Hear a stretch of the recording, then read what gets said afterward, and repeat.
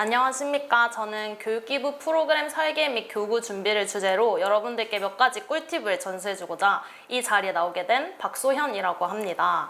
우선 제 소개부터 간단히 드리자면요. 저는 대한민국 대학생 교육기부단이라는 교육기부 단체에서 2022년도에 21기 본부장으로서 활동을 했습니다. 그렇기 때문에 물론 함성소리, 쏙쏙캠프와 같은 대표적인 교육기부 프로그램에 참여해보기도 했고, 저희 부산 지역 내에서 진행하는 소통고리와 무튼 프로젝트라는 교육기부에도 참여한 경험이 있습니다. 이렇게 저의 나름대로의 다양한 교육기부 경험을 바탕으로 해서 물론 여러분들도 잘 하고 계시겠지만 저의 교육기부 프로그램을 설계하고 교구를 준비하는 데 있어 조금의 도움이 되고자 제가 쌓아온 노하우들을 하나씩 말씀드리고자 합니다.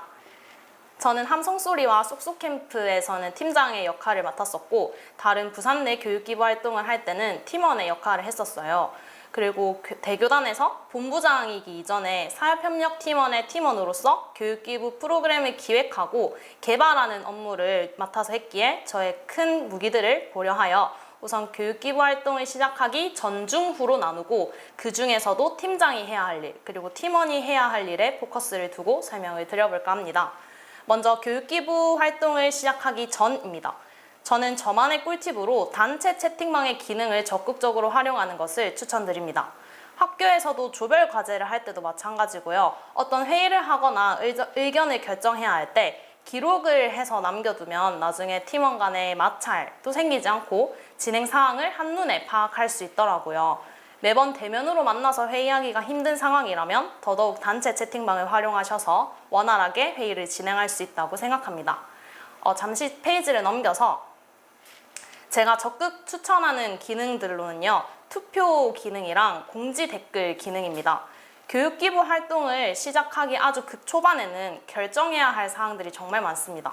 그때 투표 기능을 활용을 한다면 여기에는 익명으로 투표할 수 있는 기능도 있기 때문에 원활하고 자유롭게 의견을 결정할 수 있습니다. 또한 공지 댓글 기능은 잘 모르시는 분들이 계시는 것 같기도 하더라고요. 공지를 등록하면 그 밑에 댓글을 쓸 수가 있어요. 저는 투표로 정하기 힘든 팀 이름 의견이나 프로그램 주제 의견 같은 것은 팀원들한테 댓글로 달아달라고 했습니다. 이러한 기능들을 적극적으로 활용하시는 것을 추천드립니다. 그 다음은 물품은 항상 인원수보다 3개에서 5개 정도 많이 구매하는 것입니다. 물품 구매에 관련해서는 뒤쪽에서 다시 한번 자세하게 설명해 드리도록 하겠습니다. 그리고 또한 물품을 주문하고 나서는 한 개당 가격, 그리고 총 구매 개수, 구매처 등을 바로바로 기록해서 정산보고서에 쓸 내용을 미리 마련해 두는 것이 좋습니다. 개인적으로 저는 나중에 정산보고서 쓰는 일이 제일 번거롭더라고요. 그리고 다음 팀원들의 역할을 분담하는 것이 중요합니다.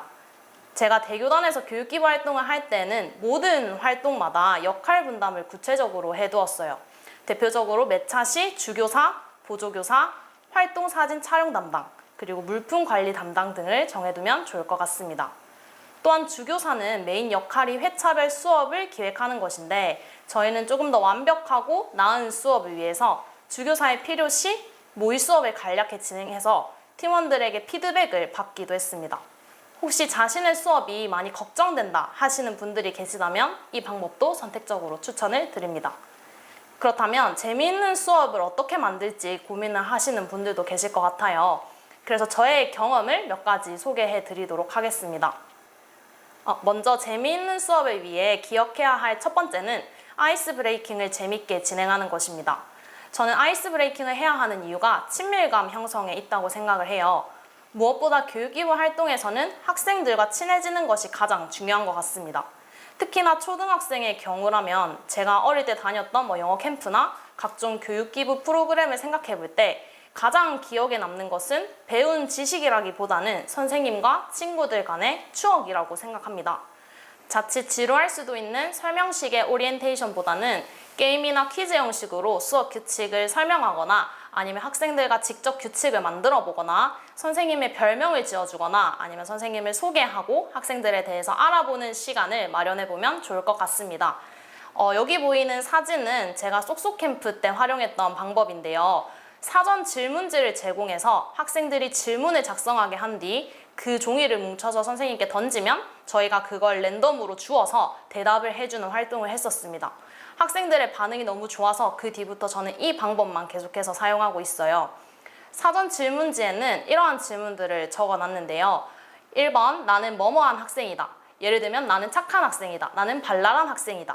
그 다음 2번, 선생님과 하고 싶은 활동이 있다면, 그 다음에 3번, 선생님들에게 궁금한 점을 적어주세요. 4번, 선생님들에게 바라는 점이나 하고 싶은 말을 적어주세요. 와 같은 질문들을 통해서 1, 2, 4번 같은 질문은 저희가 학생들에 대해서 알아볼 수 있는 질문이었고 3번 질문 같은 경우는 학생들이 저희에 대해서 알아갈 수 있는 질문들이었어요. 3번 질문에서 재미난 에피소드가 하나 떠올랐는데 가장 황당하고도 귀엽고 엉뚱한 질문이 저희가 쏙쏙 캠프가 여자 3명, 남자 5명에서 총 8명으로 갔었는데 거기에서 어떤 학생이 저를 딱 지목을 하면서 박소연 선생님 혹시 여기 남자 선생님들 중에 누가 제일 잘생겼나요? 라는 그런 질문을 하더라고요. 그래서 엉뚱하고 이런 재미난 질문들이 저는 아직까지 기억에 남는 거 보니 이 활동이 정말 재미있었나 봅니다. 자, 다음은 아주 기본적인 건데요. 가장 핵심이기도 해서 넣어보았습니다. 바로 학생들이 참여할 수 있는 만들기 요소나 퀴즈 등을 활용하는 것입니다.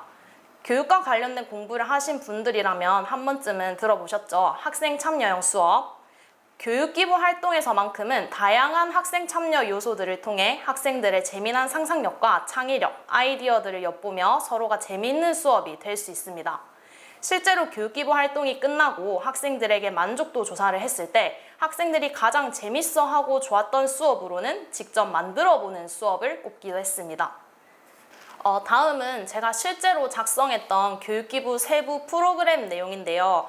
여기서 드리고 싶은 말씀은 주교사는 보조교사에게 당부할 점을 미리 작성해서 선생님들 간의 커뮤니케이션을 증진시키는 것입니다. 실제 교육기부를 하다 보면 예상치 못한 변수들이 많이 생겨서 수업이 생각대로 진행되지 않는 경우가 많아요. 그럴 때 주교사를 도와줄 수 있는 사람은 주변에 있는 보조교사, 즉 팀원들입니다. 이런 식으로 보조교사들이 챙겨야 할 점을 미리 작성하여 수업 시작 전에 합을 맞추어 보는 것도 좋은 방법입니다. 자, 다음은 이전에 물품을 인원수보다 3개에서 5개 정도 많이 준비해야 한다고 했는데 그 이유를 알려드리려고 해요. 저희는 주로 환경, 과학, 미술과 같은 주제로 교육기부 활동을 했었어서 만들기 키트를 굉장히 많이 활용을 했습니다. 이러한 만들기 키트 같은 경우는 수업을 진행할 주교사가 먼저 만들어보고 학생들이 어려워할 점을 미리 파악하는 것이 중요합니다. 또한 인원수에 딱 맞게 준비를 했는데 불량품이 있을 수 있고 예상치 못하게 당일에 학생이 추가되는 경우도 있어서 수량을 여유 있게 준비하는 것을 추천드립니다. 실제로 이 3가지 케이스 모두 제가 겪었던 경험을 바탕으로 한 것인데요. 키트가 제가 생각했던 것보다 너무 어려워서 막상 가르쳐야 할 저조차도 헤매는 부분들이 있더라고요. 이러한 경우 어느 부분에서 어떻게 쉽게 설명할지를 미리 고민하는 과정이 필요한 것 같습니다. 또한 교육기부 프로그램 같은 경우는 예산이 한정되어 있잖아요. 이 한정된 예산을 알뜰살뜰하게 사용하는 저만의 팁이 있다면 첫 번째는 다양한 사이트를 비교하는 방법입니다. 필요한 물품에 따라 비교해야 할 사이트의 종류가 달라질 수 있겠지만 돌고 돌아 결국 많이 사용하게 되는 사이트는 쿠팡이더라고요. 그리고 저는 앞서 말씀드렸다시피 환경이나 과학 관련 수업을 자주 했었어서 한진과학 같은 교구 개발 기업 사이트에서 키트를 주로 구매했던 것 같습니다.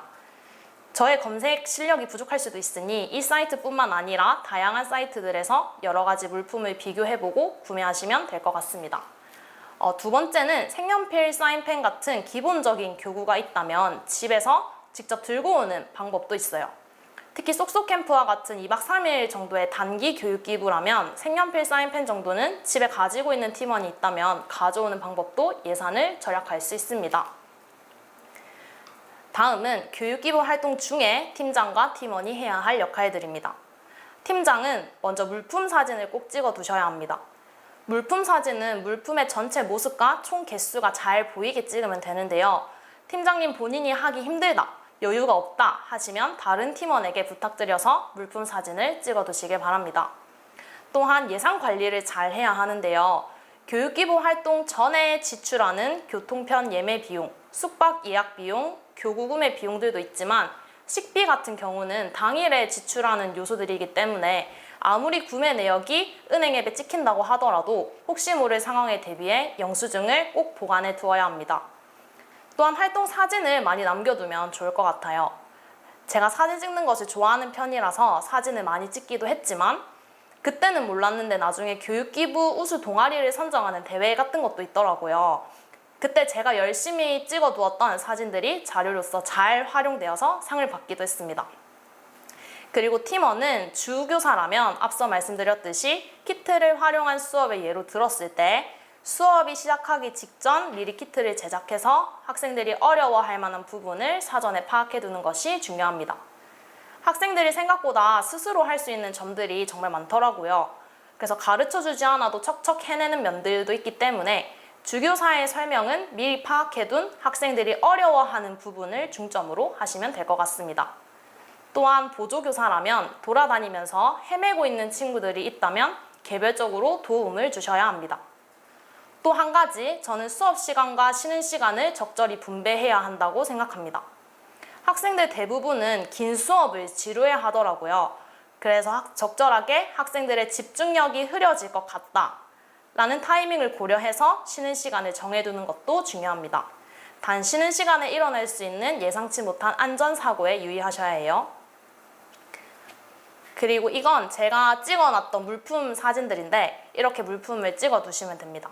그리고 오른쪽에 있는 건 제가 물품 내역을 정리했던 파일인데 글씨가 좀 못나긴 하지만 이런 식으로 현재 예산을 얼마나 사용했고 얼마나 남아있는지를 기록하고 또 물품 사진을 찍는 것과 영수증 달라고 하는 거 이런 건 또 까먹을까 봐 크게 적어두고 저는 교육기부 활동을 하는 도중에 이걸 배경화면으로 사용을 했었습니다.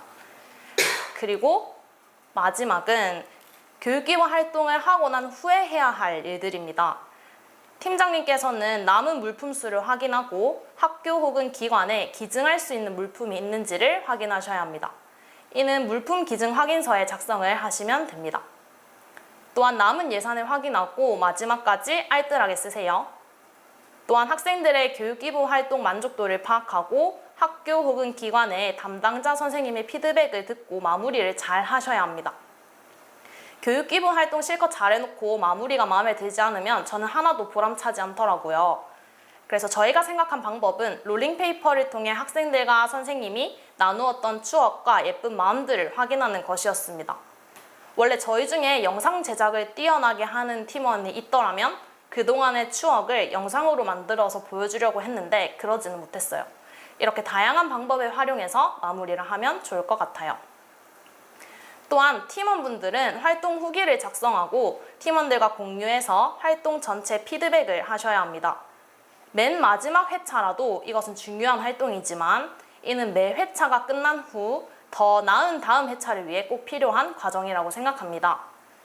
그 다음에 중요한 요소는 학생들과 선을 지키는 것입니다. 이 부분은 가장 어렵고 곤란하고 아직까지도 저의 답은 내리지 못한 부분인데요. 실제로 저희가 교육기부 활동을 할 때 학생들이 너무 고맙게도 저희를 잘 따라줘서 그런지 정이 들어서 끝나는 날 막 전화번호를 알려달라 그러고 SNS 아이디를 달라고 그러더라고요. 가장 당황스러웠던 건 전화번호 안 알려줬다고 우는 학생이 있었다는 겁니다. 그래서 여러분들은 만약 이런 상황이 온다면 어떻게 대응할지, 전화번호는 없다고 할 수는 없지만 SNS 정도는 아이디가 없다, 난 이거 안 한다 하면서 어물쩍 넘어가면 좋을 것 같아요. 그렇지 않으면 문제되는 일이 발생할 수도 있고 학생들이 시도 때도 없이 연락 올 수도 있어요. 이 사진은 실제로 저의 교육기부 활동 사진들인데 이렇게 알록달록한 색지에 롤링페이퍼를 적으면 보람도 느끼고 오랫동안 교육기부의 추억을 글로써 간직할 수 있습니다. 저 롤링페이퍼는 아직도 제 방에 붙여 있어요.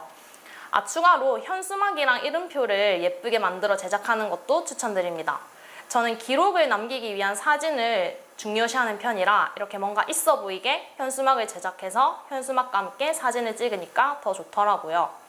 다음은 정사안 보고서 그리고 결과 보고서를 작성할 때의 꿀팁입니다. 그 중에서도 결과 보고서의 활동평가라는 명칭 혹은 그 비슷한 내용으로 칸을 채우는 부분이 있을 거예요.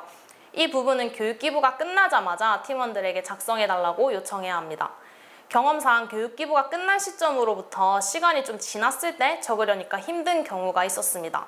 그래서 활동평가 부분은 모든 팀원이 작성해야 하는 부분이기 때문에 최대한 빨리 작성을 해두시길 바랍니다. 또한 정산보고서도 써야 하는데요. 정산보고서는 이때까지 사용한 예산을 모두 기록하는 보고서로 제가 초반에 말씀드렸듯이 칸이 굉장히 많기 때문에 그제서야 정리하려면 내가 이 물건은 어디서 샀더라? 하기도 하고 살 때와 가격이 또 달라졌을 경우가 간혹 있어요. 그렇기 때문에 예산 사용에 있어서는 바로바로 기록을 해두어서 빠르고 편리하게 쓸 수 있도록 해야 합니다. 자, 여기까지 저의 경험으로부터 녹여낸 여러 가지 이야기들을 들려드렸는데요. 물론 저희가 진행한 방식이 전부 정답이라고는 할 수 없지만 조금의 도움이 되었으면 하는 바람입니다. 모든 내용을 다시 한번 요약해서 딱 중요한 4가지를 정리하자면 첫째, 수업 시작 전 흥미로운 아이스 브레이킹을 통해 학생들과 친해지기. 둘째, 수업 중 주교사, 보조교사의 역할 분담은 확실히 하고 수업 시간과 쉬는 시간의 분배 잘하기. 셋째, 수업 후에 모두의 소중한 추억으로 남을 수 있도록 확실한 마무리하기. 그리고 마지막, 정산보고서와 결과보고서에 쓸 내용을 미리 마련해두기입니다. 저는 교육기부가 퍼즐과 같은 활동이라고 생각을 해요. 모든 팀원이 각자의 역할에 충실하고 프로그램 기획부터 운영, 마무리까지 모든 조각들이 맞추어질 때 성공적인 교육기부가 탄생한다고 생각합니다. 여러분들의 추억에 한 페이지 속에 남을 보람찬 교육기부 활동을 하시길 응원하겠습니다. 감사합니다.